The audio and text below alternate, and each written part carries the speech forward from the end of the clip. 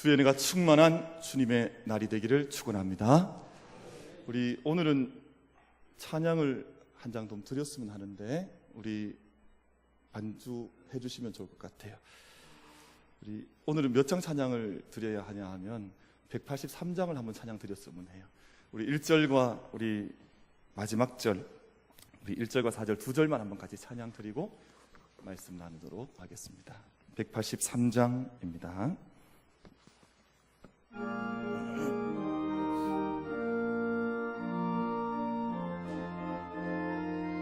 빈들의 마른 풀같이 빈들의 마른 풀같이 시들은 나의 영혼 주님이 약속한 서여 간절히 기다리네 가물어 메마른 땅에 단비를 내리시듯 성령의 단비를 비워 새 생명 주옵소서. 빈들의 마른 풀같이 빈들의 마른 풀같이 시들은 나의 영혼 주님이 약속한 성령 간절히 기다리네 가물어 메마른 땅에 단비를 내리시듯 성령의 단비를 비워 새 생명 주옵소서. 참되신 사랑의 언약 참되신 사랑의 언약 어길 수 있사오랴 오늘의 힙족한 은혜 주실 줄 믿습니다. 가물어 메마른 땅에 단비를 내리시듯 성령의 단비를 비워 주의 경명 주옵소서.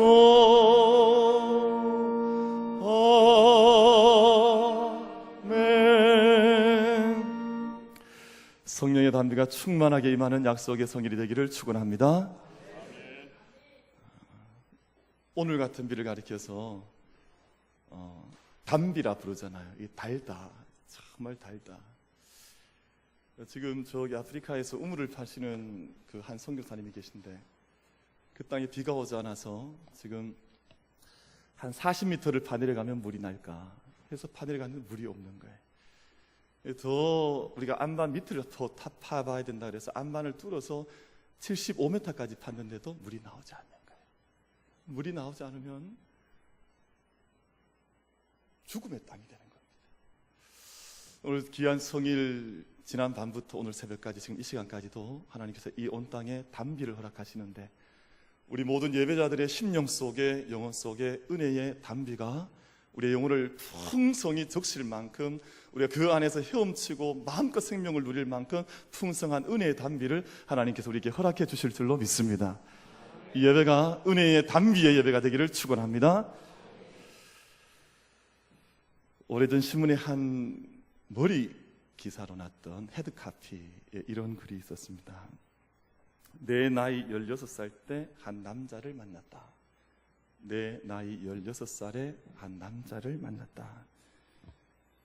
이거 오해하실 분이 계신지 모르겠는데 무슨 여자가 남자를 만났다 그런 뜻이 아니에요. 이 제목은 일본 최고의 재벌로 손꼽히는 소프트뱅크의 사업자 손정희 씨의 그의 고백의 내용입니다. 16살 때 누구를 만났냐 하면 일본 근대화의 문을 열었던 개혁가 사카모토 료마라고 하는 분을 만난 거예요. 16살 때. 근데 이게 뭐 얼굴과 얼굴을 맞대고 직접 만난 것이 아니라 책을 읽다가 료마가 간다라고 하는 그 소설을 읽다가 이 소설 안에서 료마라고 하는 사람의 정신을 만나면서 가슴이 뜨거워지고 자기가 내 삶의 자리가 이렇게 돼서는 안 되겠다 하는 큰 각성을 이 16살 소년이 하게 된 겁니다. 이 책을 읽기 전까지 이 손정이라고 하는 청소년, 이 소년의 정체성이 무엇이었냐 하면 일본인에게 처벌받는 교포, 제1교포 3세, 도무지 이 가난의 굴레에서 벗어날 수 없는 지독한 가난뱅이. 근데 이 16살 때 이 책을 읽으면서 이 자아가 바뀐 거예요. 자기의 모습은 전혀 변함이 없는데 자기의 마음속에 떨어진 한 불꽃을 이 16살 소년이 경험을 하게 된 겁니다. 이때까지만 해도, 이 16살 살아올 때까지만 해도 이 아이가 살던 집은 번지수가 없는, 호적을 해야 하는데 호적의 번지수가 나오지 않는, 왜냐하면 무허가 판잣집을 그냥 이어서 살았기 때문에 이 관청에서 번지수를 인정을 해주지 않은 거예요. 무번지에 살던 소년이었습니다. 이 할머니 할아버지가 이 대구 이 근처의 경상도 분인데요, 그때까지 뭘 하고 살았냐 하면 식당에서 음식 찌꺼기 다 이렇게 얻어다가 돼지를 키우면서 생계를 이어가고, 이 돼지 이 음식을 얻기 위해서 식당 다닐 때 그 리어카 위에 올라앉아서 함께 할머니와 함께 돼지 먹이 구하러 다니던 소년이 손정이라고 하는 16살 소년이었습니다. 근데 이 책을 읽으면서 료마를 만나게 되고 이 마음속에 불꽃이 들어온 걸 경험했어요. 내가 여기 있어서는 안 돼. 내가 나의 미래를 위해서 나도 뭔가를 감당을 하기를 원하고, 나도 다른 사람들을 위해서 뭔가 할 수 있는 선한 의지를 가진 사람이 돼야 되지 않겠나 하는 뜨거운 마음을 이 마음속에 가지게 된 겁니다. 그래서 이때만 해도 영어를 말 한마디 못했는데 16살 때 부모님 설득하고 학교 선생님을 설득을 해서 영어 한마디 해보지 않은 소년이 미국으로 유학을 가게 된 겁니다. 그 유학을 가서 16살 청년이 우리 한국말로 하면 전문대학, 그 커뮤니티 칼리지라고 하는 전문대학을 졸업을 해요. 그리고 다시금 UC 버클리라고 하는 대학에 진학을 해서 공부를 하게 되고, 그 후에 지금의 소프트뱅크 회장이 되어서 사업가로 변하게 됩니다. 이 과정을 보면 사카모토 료마라고 하는 한 사람과의 만남이 이 청년의 삶을, 이 분의 삶을 바꾸어 놓은 겁니다. 한 사람의 인생은 끊임없이 변화를 거듭하게 되는데요, 자기의 인생의 길을 걸어가는 동안 수많은 변화의 과정을 거치면서 사람은 자기의 인생의 길을 걸어가게 되어져 있습니다. 지난 올림픽 때 저희가 양궁 다 이렇게 열심히 보셨죠? 근데 거기에서 아마 금메달 땄던 여자 선수 기억하십니까? 그 이름이 뭐였습니까?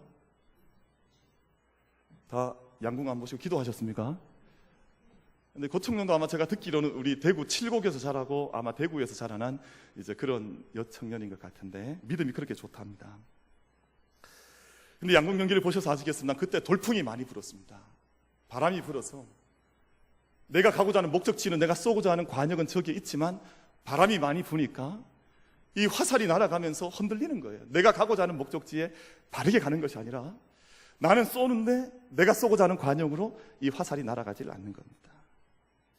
원래 실력 같으면 10점을 얻어야 하고 9점을 얻어야 하는데 그 바람 때문에 5점에 떨어지기도 하고 3점에 가서 꼽히기도 하고, 그런 것을 저희가 이 양궁이라고 하는 이 스포츠를 보면서 저희가 본 적이 있으실 것입니다. 이 장혜진이라고 하는 선수가 준결승에서 우리 한국 선수와 붙었습니다. 기보배라고 하는 선수와 준결승을 했는데, 근데 처음 나가서 이 화살을 메어서 쏘았는데 바람이 얼마나 세게 불었던지 이것이 몇 점에 가서 꼽혔습니까? 거의 알지 못하시는, 저만 스포츠를 좋아하는 것 같아요. 이게 어디에 날아가서 꼽혔냐 하면 3점에 가서 꼽혔어요. 3점에. 여러분, 얼마나 과학적인 훈련을 했습니까? 얼마나 기계적인 훈련을 받았습니까? 수년을, 자기의 평생을 바쳐서 그 쏘는 그 한 가지 연습을 했는데 이게 10점에 가서 꼽힌 것이 아니라 3점에 가서 꼽힌 거예요.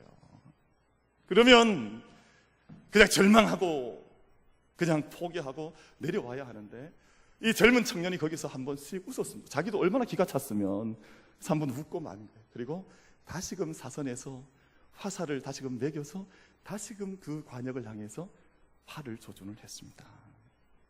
그리고 마지막 점수에서 10점을 쏜 겁니다.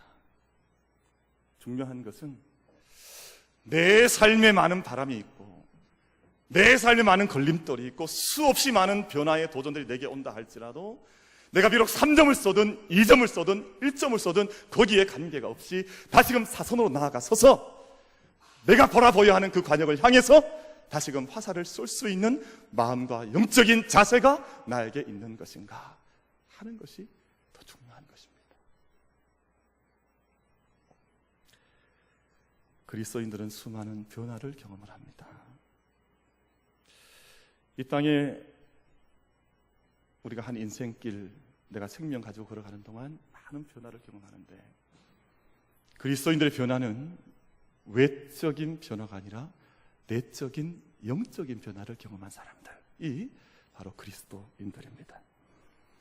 예수 그리스도와의 만남을 통해서 예수 그리스도께서 내 안에 들어오심을 통해서 예수 그리스도께서 하나님께서 온 땅의 창조주요 구원자 되신 예수 그리스도께서 내 안에 주인 되심을 통해서 우리는 외적 변화가 아니라 근본적 근원적인 변화, 영적인 변화를 경험하면서 살아가는 사람들이기 때문에 우리는 세상 사람들과 동일한 삶을 살아갈 수가 없는 것이고 우리는 물론 세상 가운데서 세상 사람들과 우리가 공동 교차하는 교차점을 많이 가지고 있습니다만 우리가 그 교차점 속에 그냥 마주하는 거기에 그냥 눌러 앉은 인생이 아니라 우리는 세상 사람들과 다른 삶을 살아갈 수밖에 없는 하나님의 자녀들로 이 땅에서 우리가 살아가는 것이에요.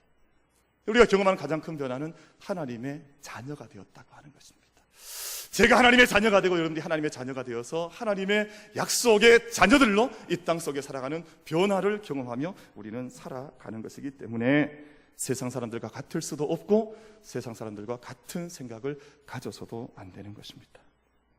하나님을 아바, 아버지라고 부르는 하나님의 자녀들로 우리가 살아가는 것입니다. 내가 하나님의 자녀의 신분을 가지게 되었고 하늘의 권세를 받은 자들로 그리고 영원한 생명이라고 하는 영생의 현실을 믿음으로 고백하면서 그 영생의 현실에 잇대어져서 우리를 초청하시는 미래를 향해서 걸어가는 사람들이 변화된 신분을 가지고 살아가는 하나님의 자녀들인 것입니다. 이 위대한 변화가 어떻게 이루어집니까? 여러분, 외적인 세례도 중요하고 많은 것들이 중요한데 예수님을 나의 구주로 영접하는 것, 내가 내 영혼의 문을 활짝 열어서 내 속에 견고한, 내 속에 변치 않는 내가 주인 된 것이 아니라 내 가슴과 영혼의 문을 활짝 열어서 예수 그리스도께서 나의 주인 되었다고 하는 것을 영접하면서 믿음으로 고백하는 그 순간부터 우린 변화의 역사를 경험해 나가는 것입니다. 요한복음 1장 12절로 13절 말씀에서 영접하는 자 곧 그 이름을 믿는 자들에게는 하나님의 자녀가 되는 권세를 주셨으니 이는 혈통으로나 육정으로나 사람의 뜻으로 나지 아니하고 오직 하나님께로부터 난 자들이니라 라고 말씀을 합니다. 우리가 하나님의 자녀로 살아가는 것은 세상의 방법으로 되는 것이 아니라 그 말이에요. 혈통으로나 육정으로 난 것이 아니라 오직 하나님의 뜻으로 예수 그리스도 안에서 거듭나고 그분을 영접한 하나님의 자녀, 하나님 백성, 하나님의 사람으로 살아갈 수 있는 그 인침이 이 시간 우리 마음속에 확증되어 고백되어 영접의 은혜가 나타나는 이 시간이 되기를 간절히 바라겠습니다. 여러분, 세상의 선한 일과 업적은 그 자체로 귀한 것입니다만 세상에 선한 일을 하는 사람들이 많습니다. 세상에 놀라운 업적을 이루는 사람들도 많습니다. 그러나 그 세상의 일 자체만 두고 보면 하나님의 생명과는 관계가 없습니다. 그 자체로 칭송받아야 하고 그 자체로 인정받아야 하고 세상의 선한 업적을 따라서 그 모든 업적은 사람들에게 높임받아야 하지만 하나님의 생명과는 직접적인 관계가 없다고 하는 것이 하나님의 말씀이에요. 무엇이 필요하냐? 영접하는 자.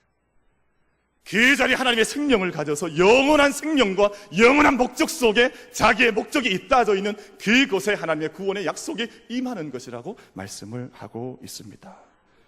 그래서 하나님과의 생명적 관계는 예수 그리스도를 내 안에 깊고 깊이 영접함을 통해서 우리의 생명의 관계가 시작된다고 하는 것을 잊지 않는 저와 여러분이 되기를 바랍니다. 예수 그리스도의 사람들은 변화된 사람들, 다시 말씀을 드립니다만 생명을 가진 사람들이에요.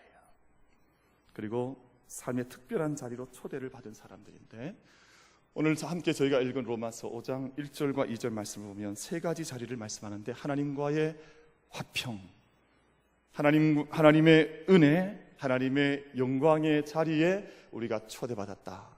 화평과 은혜와 영광이라고 하는 우리 믿음의 자리를 오늘 본문이 우리에게 말씀하고 있습니다. 화평이 무엇입니까?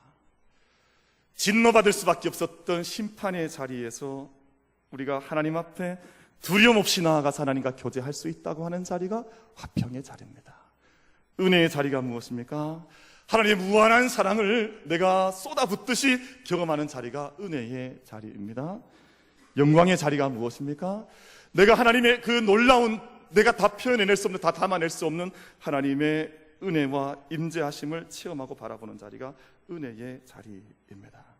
하나님의 사람들은 이 은혜가 내 가운데 임하고 있다고 하는 것을 믿음의 눈을 열어 바라보면서 그 은혜와 영광과 하나님의 그 은총을 삶으로 보며 경험해 나가는 사람들이 바로 하나님의 사람들이다. 그것을 볼 수 있는 사람들. 제가 이틀 전 우리 금요일 저녁에 여기를 채웠던 우리 이 지역의 청년들한테 했던 말씀 가운데 한 대목인데, 몽골 사람들이 이 세상에서 우리 지구촌에 사는 사람들 중에 가장 시력이 좋은 사람들입니다. 이 사람들이 시력이 얼마나 좋은가 하니 평균이 3.0, 4.0이라는 보고가 있습니다. 저는 눈이 대단히 좋습니다. 제 시력이 대단히 좋아서 제가 시력이 얼마냐고 말씀드린다면 놀라지 마십시오. 전 시력이 2.0이에요. 진짜 안 놀라시네요. 그럼 좀 놀라주셔야 되는 것 아닌가 모르겠는데 제가 시력이 2.0입니다. 저 너무너무 좋아요. 그래서 사실은 우리 예배를 인도해 나가고 말씀 전할 때 우리 안에 계신 분들의 얼굴이 이렇게 확 들어와요. 그래서 누가 좀 죽은 거가 생겼구나, 누가 근심이 있구나, 누가 즐겁구나 하는 게 이렇게 한눈에 좀 들어옵니다. 근데 몽골 사람들의 시력이 3.0, 4.0인데 좀 좋은 사람들은 6.0까지 나간다는 보고서를 봤습니다. 어마어마하죠. 그러니까 저 멀리에 있는, 저 들판에 있는 양이 내 양인지 다른 사람의 양인지 구별하는 거예요. 멀리 있지만. 왜냐하면 늘 그들이 푸른 초원을, 막힌 곳에 사는 사람들이 아니라 늘 저 끝없는 땅의 대지를, 그 지평선을 바라보면서 살아가기 때문에 그렇게 시력이 좋다는 거예요. 이게 참 신기하죠. 시력이 나쁘질 않습니다. 근데 13세기에 징기스칸이 온 땅을 다 점령하면서 유럽 땅까지 다 점령을 하는데, 그때 징기스칸을 막을 수 있는 군대가 없었다는 거지 않습니까? 어떤 군대도 징기스칸의 군대를 막아서지를 못했습니다. 사람들이 분석을 합니다. 아마 말을 잘 탔기 때문일 것이다. 기마를 하니까 말을 잘 탔기 때문에, 혹은 이 몽골 민족이 원래 호전적인 민족이기 때문에 승리했을 것이다. 저는 그렇게 생각하지 않는데 그들의 눈이 좋았던 거예요. 12km 앞까지 보이는 모든 적들을 먼저 본 거예요. 그럼 싸움에서 누가 이길 수 있습니까? 그럼 적이 나를 향해서 주먹을 휘두를 때 그 주먹이 날아오는 것을 다 보는 사람은 이 주먹을 막을 수도 있고 피할 수도 있고 그렇게 이기는 거예요. 보는 사람과 보지 않는 사람의 차이는, 승패는 분명히 갈라질 수밖에 없습니다. 그럼 적이 12km 저 멀리도 다 보이는데 적들은 나를 보지 못해요. 나를 향해 달려오면 숨거나 피하거나 작전을 세우면 되는 겁니다. 싸울 수 있는 충분한 시간이 있는 겁니다. 적들은 나를 보지 못하기 때문에 이 적을 보지 못하니 어떻게 전쟁을 감당해 나갈 수가 있습니까? 그러니 이 싸움은 결판이 이미 난 싸움이지. 영적인 안목이 닫혀져 있으면 절대 전쟁에서 승리할 수가 없습니다. 우리가 주신 한 인생을 우리가 살아가는 동안 내가 살아가는 자리가 어떤 자리인지를 알지 못하면 전쟁에서 승리할 수가 없는 거예요. 내가 변화된 영적 현실을, 그리고 이 세상의 모습을 볼 수 있는 사람만 우리의 싸움에서 승리할 수 있게 되는 줄로 믿습니다. 아무나 승리하는 게 아니에요. 우리는 세상에 대해서 민감해야 합니다.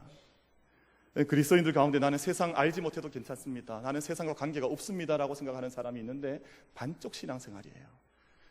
세상의 현실이 어떤지, 세상이 어떻게 돌아가고 있는지, 때로는 세상이 얼마나 아름다운지, 때로는 세상이 얼마나 어둡고 깊은 죄악 가운데 있는지 이것들을 볼 수 있는 그리스도인이 되어야 합니다. 그래서 그리스도인은 눈을 닫고 신앙생활하는 것이 아닙니다. 늘 눈을 열어서 세상 가운데 하나님께서 어떻게 이 역사를 이끌어가는지 그것을 볼 수 있는 사람들 되어야 하는 것입니다.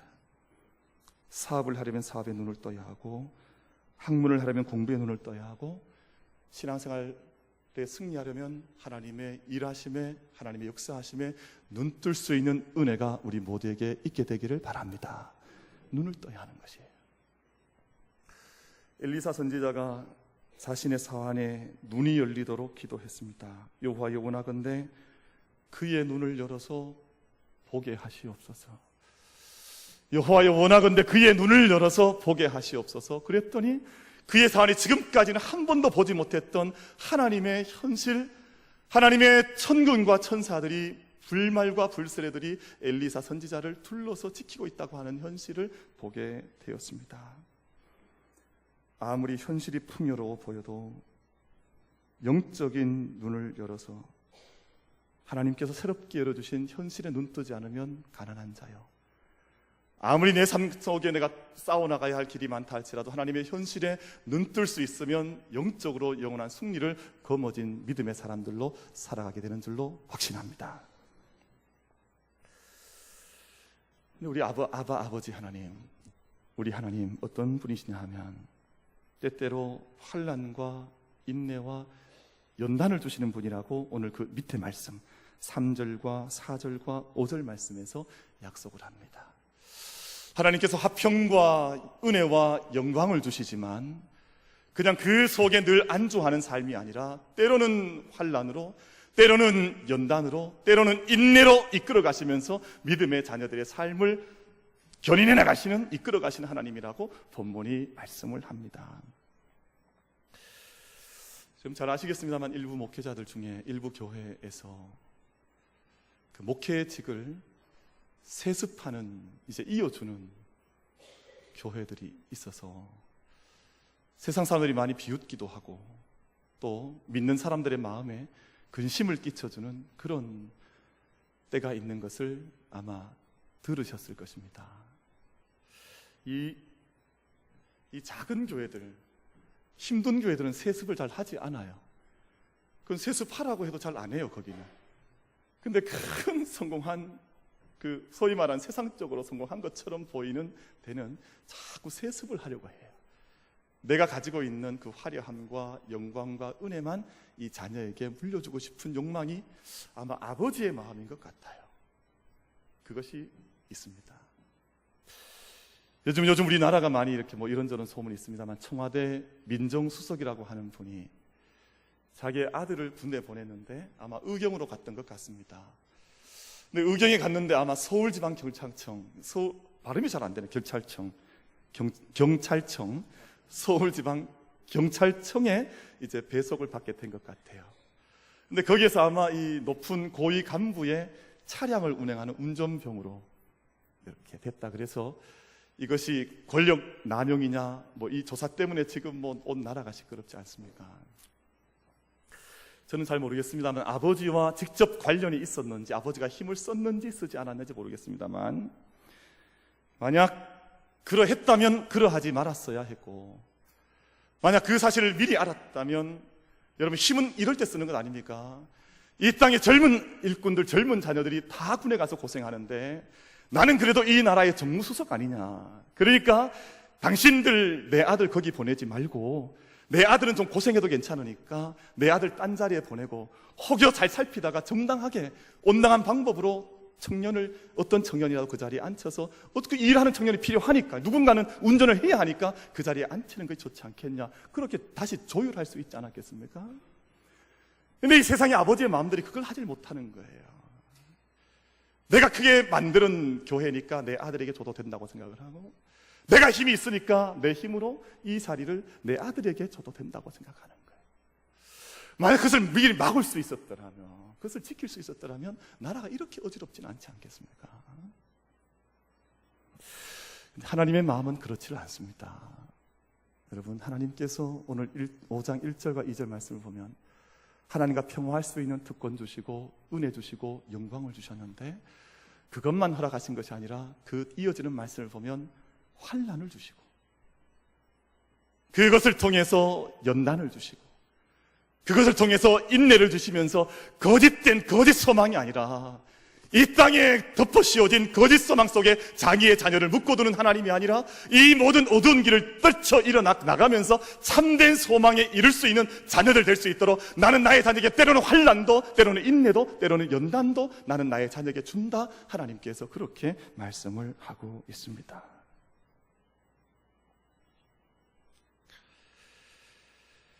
그럼 선지서 말씀을 읽어보면 선지자들이 크게 외쳤던 것이 무엇이냐 하면, 거짓 선지자들은 무엇을 외쳤냐 하면 거짓 희망을 주었습니다. 바벨론 주변에 있는 이 강대국들이 침범한 것, 이거 아무것도 아니다. 이것 곧 끝나니까 걱정 없이 포로로 끌려가는 사람들도 잘 갔다가 금방 돌아올 수 있고, 남아있는 사람들도 얼마 지나지 않으면 다 이 사람들 물러갈 거니까 걱정하지 말아라. 그렇게 거짓 위안을 줬습니다. 근데 엘리야나 예레미야 같은 선지자들 보면 그렇게 말씀하지 않습니다. 그렇게 예언하지 않습니다. 이 우리나라가 어려움 당한 것을 강대국들이 침범했기 때문에 우리가 어려움 당한다, 이렇게 위안한 것이 아니에요.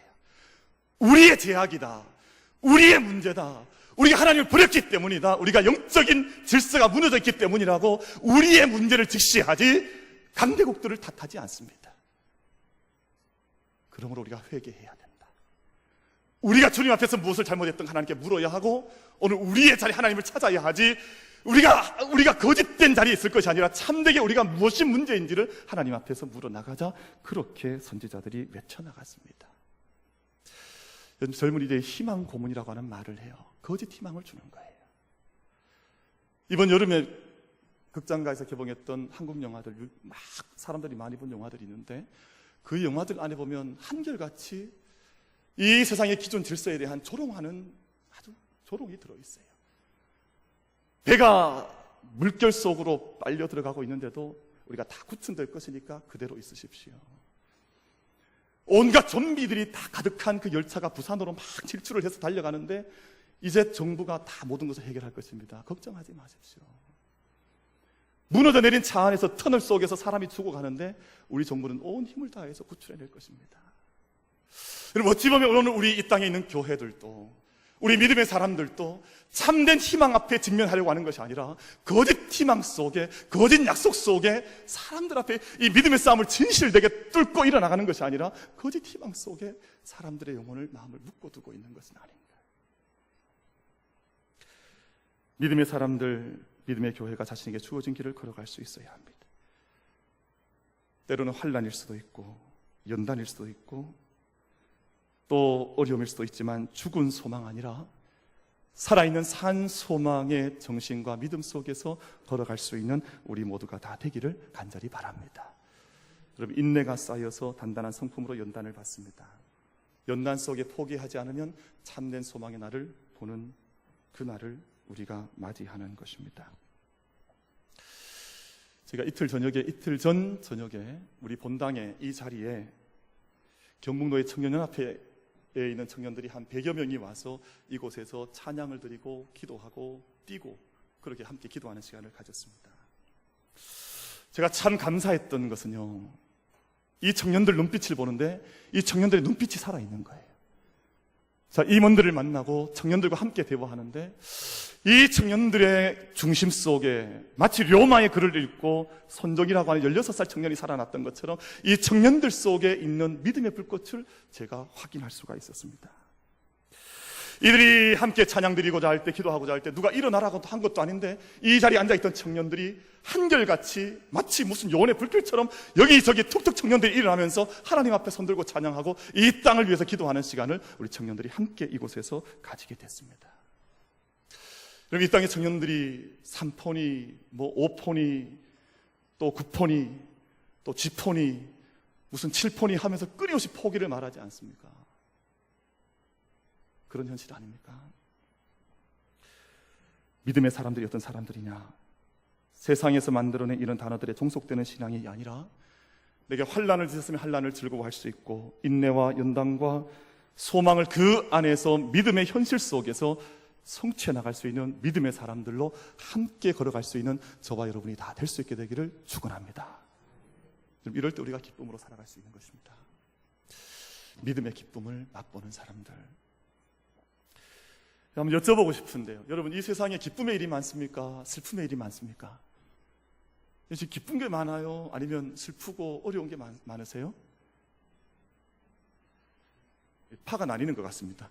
기쁜 파와 슬픈 파로 나뉘시는 것 같은데, 제가 보니까 이 세상에 슬픈 일이 참 많습니다. 롯데그룹의 2인자가 목을 매서 자살을 하고, 포항시장을 지내셨던 분도 무슨 이유인지 알 수 없지만 또 목을 매서 자살을 하고, 몇 해 전에 이 나라의 대통령이 또 자살을 하고, 이것이 세상의 슬픈, 죄와 어둠 속에 점철되어진 이 땅의 슬픔과 비극 아니겠습니까? 그러나 예수 그리스도를, 하나님을 정말 영접하여서 믿는 믿음의 사람들은 세상이 줄 수도 없는, 이 세상 속에 찾지 않는, 세상이 알 수도 없는 그 기쁨을 내 영혼 속에 간직하고 있기 때문에 기쁨의 사람들로 살아갈 수 있을 줄로 믿습니다. 오늘 8절 말씀 우리 한번 같이 읽어보겠습니다. 8절 말씀 같이 한번 8절 말씀을 같이 한번 소리 내어서 같이 읽어보겠습니다. 시작. 우리가 아직 죄인 되었을 때에 그리스도께서 우리를 위하여 죽으심으로 하나님께서 우리에 대한 자기의 사랑을 확증하셨느니라. 아멘. 우리가 아직 죄인 되었을 때에, 내가 죄인이었을 때 그리스도께서 대신 죽으심으로 하나님께서 사랑을 확증해 주셨다. 이 우리라는 말이 귀한 말입니다만, 여러분, 이 우리라는 말이 주는 뜻이 있습니다만, 여기에 우리 각자가 제 이름을 넣어서 한번 읽어보겠습니다. 가령 우리 임병청 집사님은 임병청이 죄인 되었을 때에, 김영근은 김영근이 죄인 되었을 때에, 우리 이 자기의 이름을 넣어서, 우리 대신에 나의 이름을 넣어서 우리 한번 같이 한번 읽겠습니다. 시작. 김영근이 아직 죄인 되었을 때에 그리스도께서 김영근을 위하여 죽으심으로 하나님께서 김영근에 대한 자기의 사랑을 확증하셨느니라. 아멘. 저 따라서 또 김영근 하신 분 안 계시죠? 그러시면 안 된다니까. 자기의 이름을 넣어서, 자기의 이름을 넣어. 제 귀에 얼핏 들려서 그렇습니다. 저만 죽이려고 그러시는 것 같아요. 여러분, 오늘 5절 말씀에 보면 소망이 우리를 부끄럽게 하지 아니함은 우리에게 주신 성령으로 말미암아 하나님의 사랑이 우리 마음에 부음바되었다. 부음바되었다, 이 말을 원어로 읽어보면 강력한 말씀이에요. 하나님의 사랑을 쏟아 부으셨다. 여러분, 온 하늘의 문이 열려서 이 땅에 온 단비가 내릴 때 온 땅이 거부할 수 없이 그 생명의 단비를 경험해 나가는 것처럼 하나님의 사랑이 우리들 마음속에 쏟아 부어졌다고 하는 것을 말씀을 하고 있습니다. 사랑하는 성도 여러분, 오늘 우리가 하나님 앞에서 새로운 은혜를 입고 또 우리 삶 가운데 수많은 거쳐가야 할, 재조정해야 할 수많은 환난과 인내와 연단의 사실이 있는 것은 분명하지만, 이 모든 삶의 부르심을 통해서 하나님의 사랑을 쏟아 부어주시고 마침내 소망이 부끄럽게 하지 아니할 그 은총으로 인도해 가신 하나님을 신실하게 섬겨 예배할 수 있는 우리 모두가 되기를 축원합니다. 우리가 그래서 하나님을 자랑할 수 있는 것이죠. 하나님을 자랑해야 합니다. 오늘 마지막 절 말씀 11절 말씀을 보면 그뿐 아니라 이제 우리로 화목하게 하신 우리 주 예수 그리스도로 말미암아 하나님 안에서 또한 즐거워한다, 하나님을 즐거워한다고 말씀했는데, 이 말씀은 하나님을 자랑한다고 하는 말씀이에요. 왜 하나님을 자랑하지 않습니까? 왜 하나님을 드러내지 않습니까? 왜 하나님을 높여드리지 않습니까? 왜 하나님을 찬양하지 않습니까? 우리의 삶 가운데 이 놀라운 은혜를 쏟아 부어두신 하나님을 찬양하는 삶을 살아가라. 저는 저희 그 아이들에게 때때로 이렇게 주는 메시지가 있습니다. 제가 이제 영어로 이제 아이들한테 가끔씩 이야기하는데, 영어를 잘 하지 못합니다만 아이들이 이제 알아들을 수 있으니까 제가 얘기를 합니다. I'm so proud of you. 제가 이렇게 얘기를 하거든요. 그럼 아이들이 자꾸 웃어요.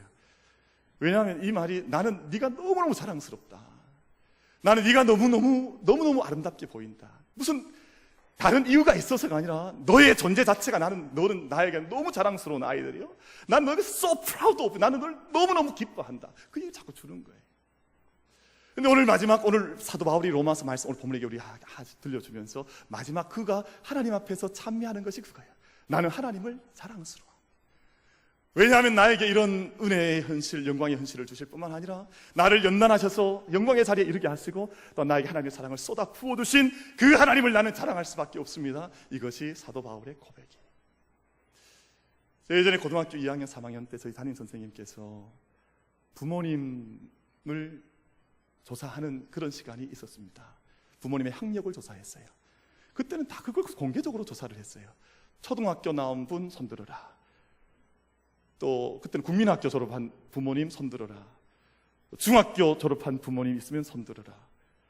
대학교 나오신 분 손들어라. 대학교는 거의 없었습니다. 누가 부모님이 대학교를 나오고 그랬습니까?